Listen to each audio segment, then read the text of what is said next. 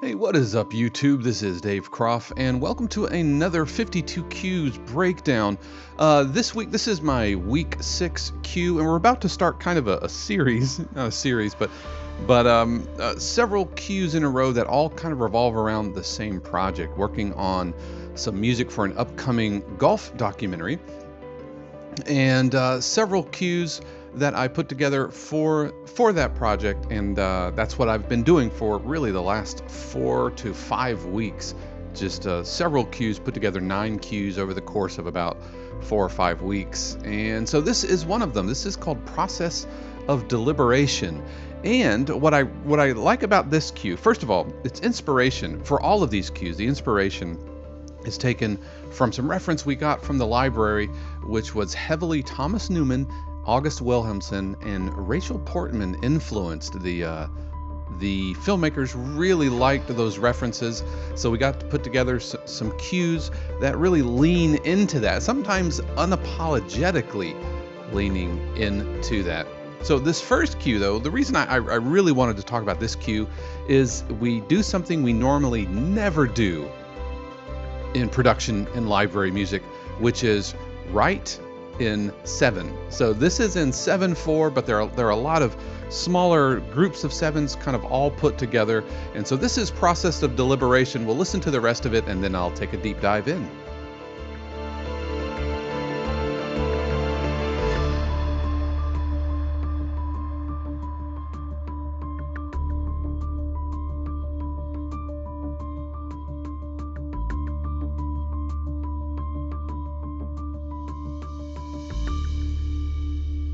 So the first thing that came to mind when writing this, and I knew I wanted to write in 7, and I don't know why. Well, I do know why, is because this project is somewhere in between, and I don't mean this cue, but this golf documentary, somewhere in between scoring, like film scoring, which is where you get the video and you write music to match the video, and a library music, which is just music that lives in a library that a video editor pulls off the shelf and then edits together to their video. Sometimes the video to the music, sometimes the music to the video. The point is that with the library music, we're not specifically writing to picture, which is really cool. I enjoy writing to picture. It's a lot of fun, but that's not what we're doing in production music. But with this project, it's somewhere in between that scoring. We're definitely not scoring to picture, but multiple cues all kind of have to have a similar vibe, and we got very specific references. We got very specific cue points that we're looking to hit, very specific emotions that the producer wanted. And so I put together a total of 9 or 10 cues that all from anywhere between kind of ominous, light tension cues to uplifting cues. And so each of these had a reference.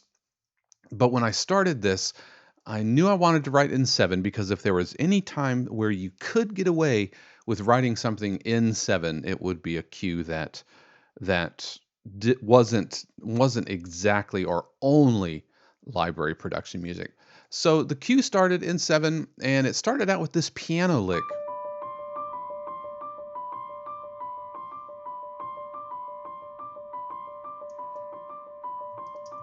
And as a percussionist, I always do kind of an alternating hand thing. So I had this lick. If we were looking at the notation, it would look kind of like that.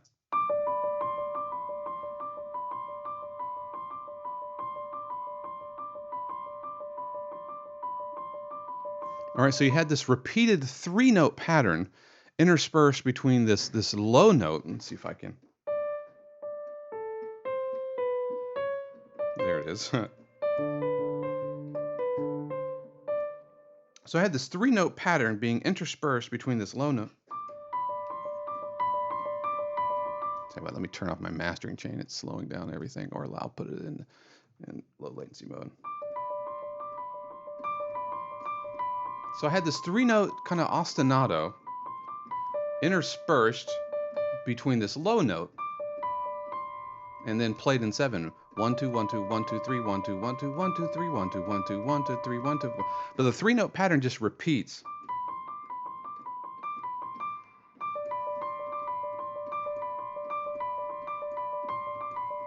No, I know. I maybe you're out there and that I made that look easy, but just the thinking of it is just the three notes: 1 2 1 2 1 2 3 1 2 1 2 1 2 3 1. And anytime I had the 1 2 1 2 1 2 3, the 2 3, those were two notes together.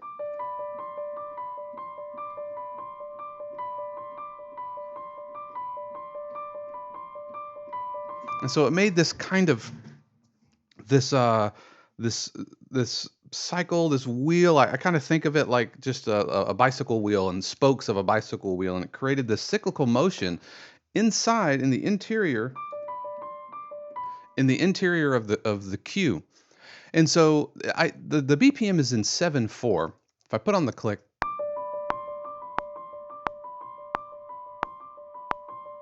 and so it goes through the pattern one. Let's see, let's count this: 1 2 3 4, right? And then it's back on the beat. But you notice that the pattern itself isn't on the beat. We're on the beat as far as the note starting on the downbeat, but it has to go through 7 times before it's actually on the beat and the beginning of the pattern. 1 2 3 4 5 6 7, right? So that 7th time it's back on the beat. Is any of this making sense? I hope it is. Just kind of into how I think and the world of a percussionist, and always almost like a hand drumming pattern. And I put it in 7/4 instead of 7/8. Make it a little bit more manageable in the DAW, because I didn't want 1 2 1 2 1 2 3 1 2 1 2 1 2 3, and I didn't want 1 2 3 4 5 6 7 1 2 3 4 5 6 7 1 3 4 5 6 7 1 2 3 4 5 6 7. I just kind of backed off, looked at it more of kind of as a macro kind of phrase, and so you end up with this fast 16th note 7s, 8th note 7s, and then quarter note 7s on top of that. As far as the piano sound I'm using, just the grandeur. It's not layered in. This is just from when I was experimenting. Just the grandeur using the levitating grand. I love these Native Instruments presets. They just sound so good. Let me turn off the click. My only beef with these is in their quest for realism. Things like the pedal. Let me see if I can get it. Oh, it's this guy down here. You kind of hear that? It's really tough to hear. But the pedal noise and stuff can be a little too much. In their quest for realism, they've sampled all of this pedal noise and string noise and the damper and everything, and so it can be a little too much. Let me juice it so you can kind of hear it. Oh, no, it's not doing it. There we go. I'm just hitting the sustain pedal here. And that's all well and good, but it's just a little too much for me, and it gets in the way when you have these really kind of exposed sounds. All right, so the piano kind of cooks on for a little bit. I bring in this glass. This is an eDNA patch or eDNA engine from Spitfire called Glass and Steel.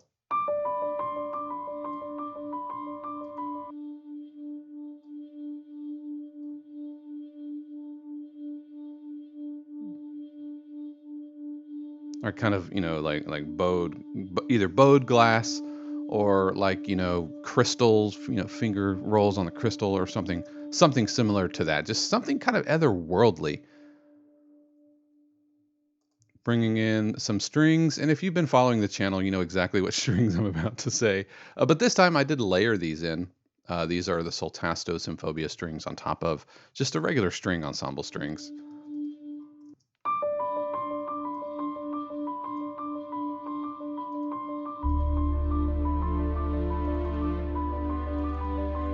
All right, and right away you can hear the Thomas Newman influence. And I'm a huge fan of Thomas Newman, and have been ever since American Beauty, like when everyone else, and even before then Shawshank and all of that.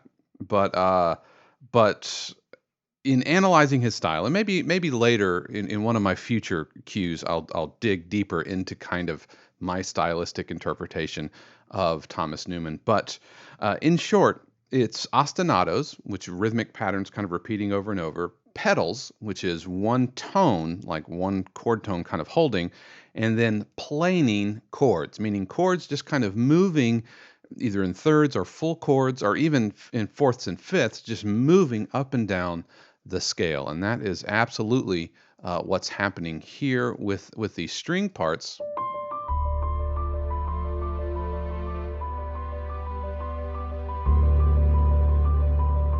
All right, that's planing. It's just kind of moving up and down the scale. Now, I obviously Thomas Newman's music is a lot more in depth than that, and I don't mean, I'm not taking anything away. I'm just kind of trying to boil it down to a way that kind of I can leverage that into a compositional technique. But yeah, huge giant influence on my career. There are a handful of composers that have had resounding impact, or a resounding impact on my career, and one of those being Thomas Newman, and that's why I have a hard drive named after Thomas Newman, and Alice Silvestri, who is my other absolute absolute hero. Okay, so we bring in some bass, and this is another a textural thing that Thomas Newman does a ton, which is incorporating electric bass into otherwise orchestral pieces. And so this is Native Instruments Scarby bass up on the neck, so it's a little bit softer tone. I roll off nearly all of the highs from those, right? So you just have this kind of this thumpy but not really aggressive. And I've been really getting into the Chris Lord-Alge or Algae uh, patches, plugins. There's the word.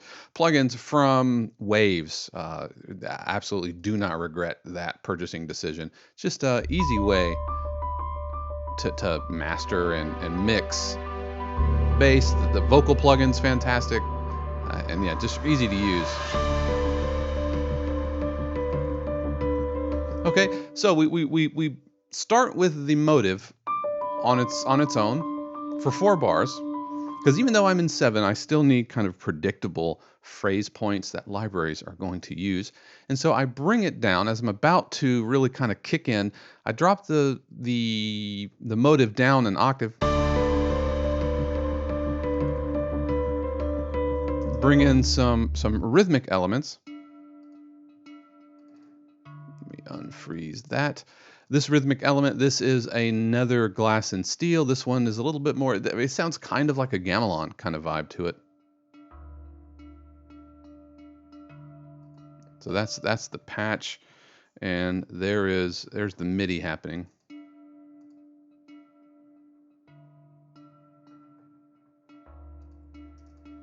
Bring in another instrument. This is a tongue. It's not the tongal drum. It's from Evolve. Now, admittedly, by itself, it sounds a little mechanical. Yeah, and it is pitched, so it's not playing, like a tongue drum is kind of like a wooden slit drum, where you have a wooden box with these kind of tongues, these wooden slits kind of cut out, and you hit it with little mallets. So it is a pitched instrument. Sounds a little mechanical on its own, but when it's put in context for everything else, yeah, it kind of fades away. And really what I'm looking for is that kind of attack. Right, you kind of hear it pop out. Then we start bringing some arpeggiated elements to the table. The first one is, I've still got my thing turned off. Just Sylenth, unison bass with a really simple arpeggiator, stock Logic arpeggiator. And you'll notice the arpeggiator is set to 14 notes so that it repeats in 7.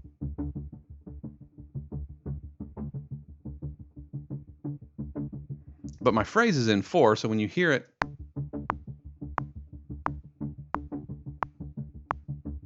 and so I'm getting a lot of mileage out of a really simple arpeggiator just pulled it back to 14 notes per sequence as opposed to 16 notes, so it doesn't. Like if I put this into 16 notes per sequence,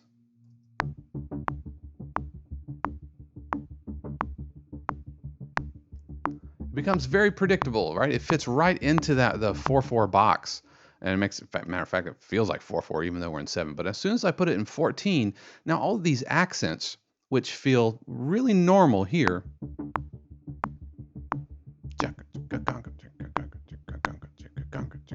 but as soon as you bring it back and make it a 7-note pattern or a 7/8 note pattern,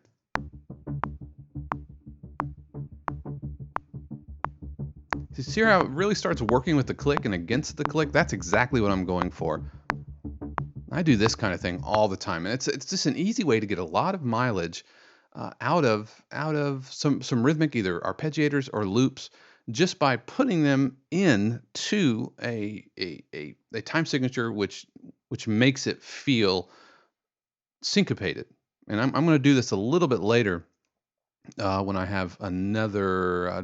Yeah, it comes in through here, and I thought I had one more synth pulse might be there that I have like a 4/4 idea that I put it and superimpose it into a 7/4 or 7/8 time.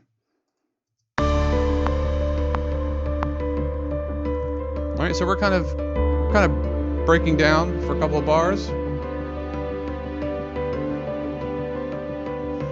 More of the planing. Repeat the planing idea.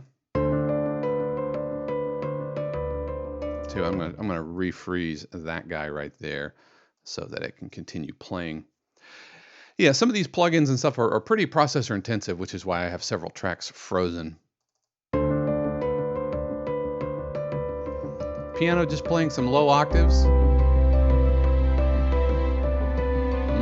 More planing. It's kind of up and down the scale, diatonically, so I'm still in the key. Now to get those realistic, as realistic as you can, the string performances, you'll notice the modulation. I'm working with a mod wheel, and so that's gonna bring these dynamics. Also notice some overlap, and because of the attack envelope with these strings, you have to anticipate it. So even though, like if I turn on the click,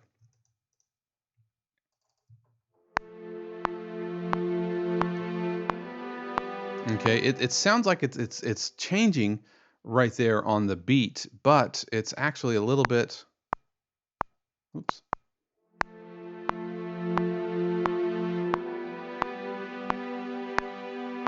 All right, it feels like it's changing right here in beat 5 of the bar of 7, but it's actually, it's triggering the MIDI a couple of 16th notes earlier.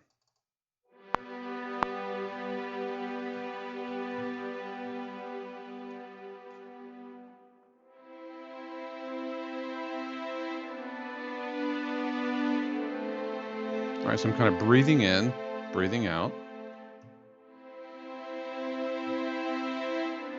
I'm going to bring in a low note here.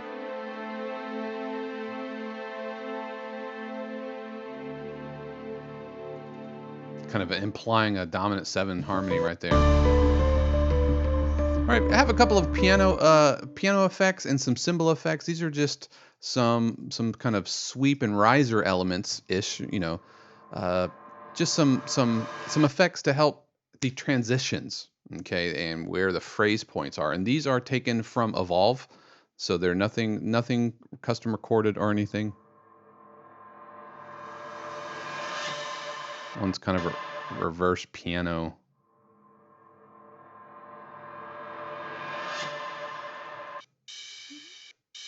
The other one is a piano roll, suspended cymbal kind of thing. Specifically with brushes.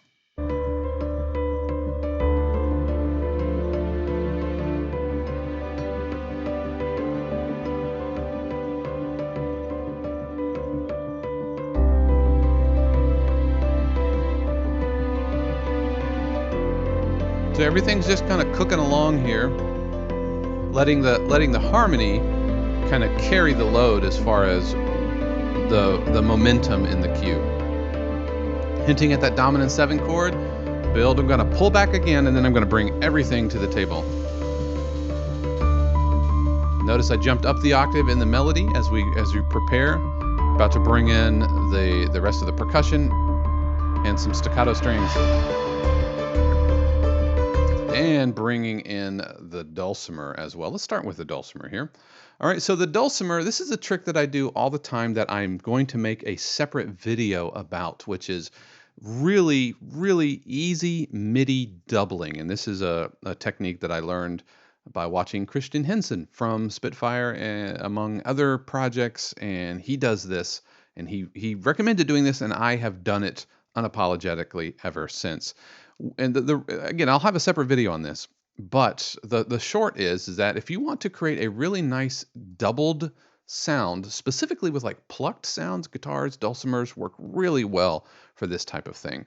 And the patch here is I have Cinesample's dulcimer patch along with the Chirango by Spitfire Laboratories, and this Chirango is free, and I've just layered it in, and so I've got the one.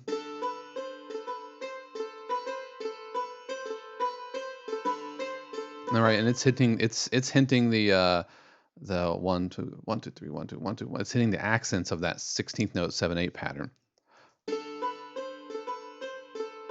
right, so what I'm going to do is I'm going to take this patch and I'm going to duplicate it here. And so there's my left and there's my right. And I am going to detune both of these by 3 semitones, or a minor third. And then in the track itself, did I do the track or the region? And then I will actually transpose the regions back up. Now, the end result is that I'm pulling from a different set of samples within the sample library, which creates an awesome. So here it is by itself. And here is the right by itself. Just subtly different because they're different recorded samples. But as soon as you stereo pan them, then you go from this type of sound to this type of sound.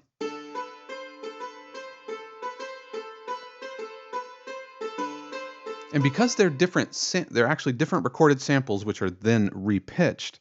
And I've found that it's usually better to go under and then transpose it up, so you're pulling from a lower pitch. It's just kind of a deeper sounding and just richer sounding sample, the lower you get. And if you slow down samples, you get a richer sound as opposed to speeding up samples. So what I'm doing is I'm slowing down the samples, but then artificially repitching them back up by transposing them.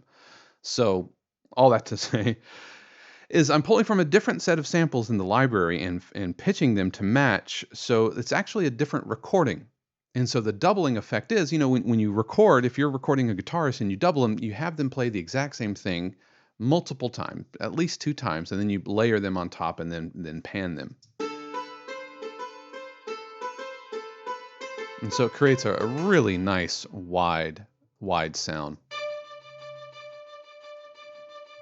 Okay, got some strings here, Symphobia short notes. Just to add a little bit of motion into it.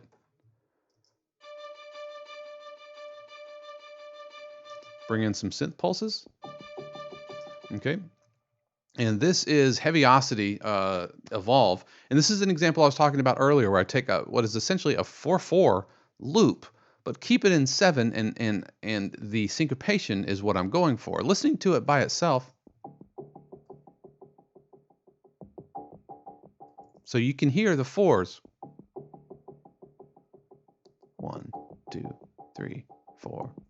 I did put a break in there so it fires every note. But when you hear it in 7, it doesn't feel like it's in 4/4. It feels like it's a syncopated 7. 5, 6, 7, 1, 2, 3, 4, 5, 6, 7.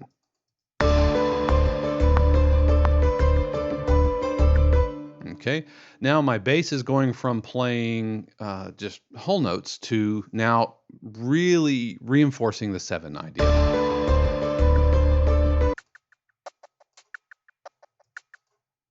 Reinforcing the 7 idea with some glitch percussion, also from Heaviosity.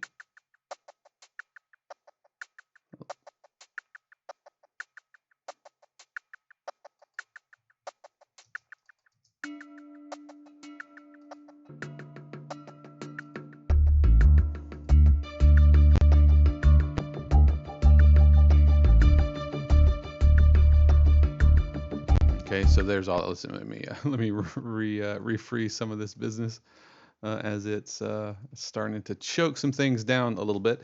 So yeah, I'm bringing in the high string. The high strings honestly kind of came in late. It's one of those things where I was listening to a reference. I think I was in the car or something, and I honestly thought I heard them. Like I thought I heard high staccato strings way just but I didn't program that. It was just something that there were some other frequencies kind of implied that, I guess. And so in the middle of referencing when I was about to send it out for, to the library, I thought I heard it, but it wasn't in there, but I added it in there because I really liked it. And maybe that was my creative muse kind of implying, "Hey, Dave, you should throw this in." I don't know, but I went with it.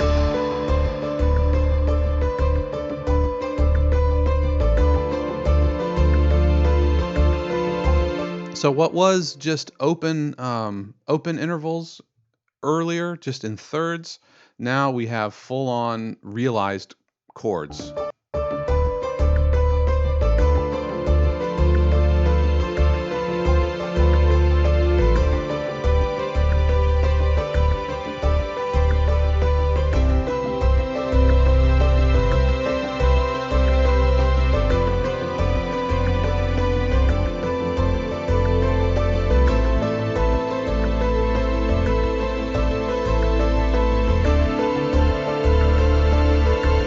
Pushing it here to the end.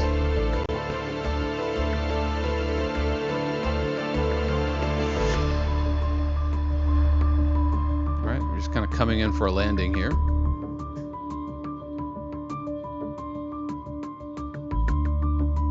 And moving this bass. If you have a bass which is kind of holding on one note, the bass is going to decay. So you want to make sure that it moves around.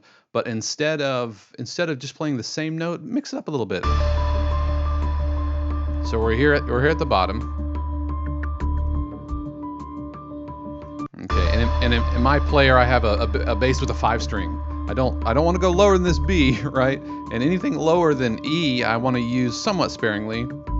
Then I just went up the octave, used the 5th to kind of stair step my way back. I am not a bass player, but you're way down here, boom, boom, and you want to, like, if you're programming electric bass, you kind of have to think of as an electric bass. An electric bass player, or you have to think as a bass player. The electric bass player is going to want to bridge that a little bit. So you're way down here. If you're on a 5-string bass, you're way in that low string. You're here, and you want to boom, boom. You want to stair step that, and so that one little note, it's just the 5th. It's going to help kind of transit that octave leap, and then go back down. So when I submitted this, I honestly thought the publisher was going to kick it back immediately. I thought they were going to say, nope, you are not. It's 7/8 is not okay. But the feedback I got from a colleague was, I didn't even realize this was in 7, and then he wrote drummers, because it's just the rhythmic kind of intricacies is just part of how I think as a composer. And so he didn't kick it back. The publisher liked it, and we were off to the races. And so this is the first of the next series of cues I'm going to be deep diving into, specifically from this project. But I hope to bring something new from each of these that we can talk about here today. This was making the world safe, the production library world safe for 7/8. I will say that things in 7 are pretty rare, and things in odd meters are somewhat rare in library music, just because it can be kind of tough to edit to. And so, when editors are putting together and stitching together 50 to 80 cues for an episode of, Keeping Up with the Kardashians, or an episode of, insert your favorite crime drama or crime documentary on TLC or Discovery Channel or whatever. They're putting together 50 to 80 cues, sometimes on top of each other, and they don't have time to parse out and dive into the intricacies of your cue, right? And they don't have time to try to decode where your phrase points are. And I'm not saying it's impossible. I'm just saying that it can be somewhat difficult. This was a very special case because this was production music, but it was very guided, very specific production music for a very specific project. And so I knew I could at least try to get one through, and they loved it. And then, like I said, we were off to the races. So thanks for watching, and I hope you enjoyed this cue, and I hope you got something a little bit out of it. If you have any questions for me, please leave a comment in the comment section below. Also, all the normal YouTuber stuff, like subscribe and hit the bell and all of that business. So thanks for joining me today, and be on the lookout for that MIDI doubling video, because that is absolutely coming your way. Until next time, peace.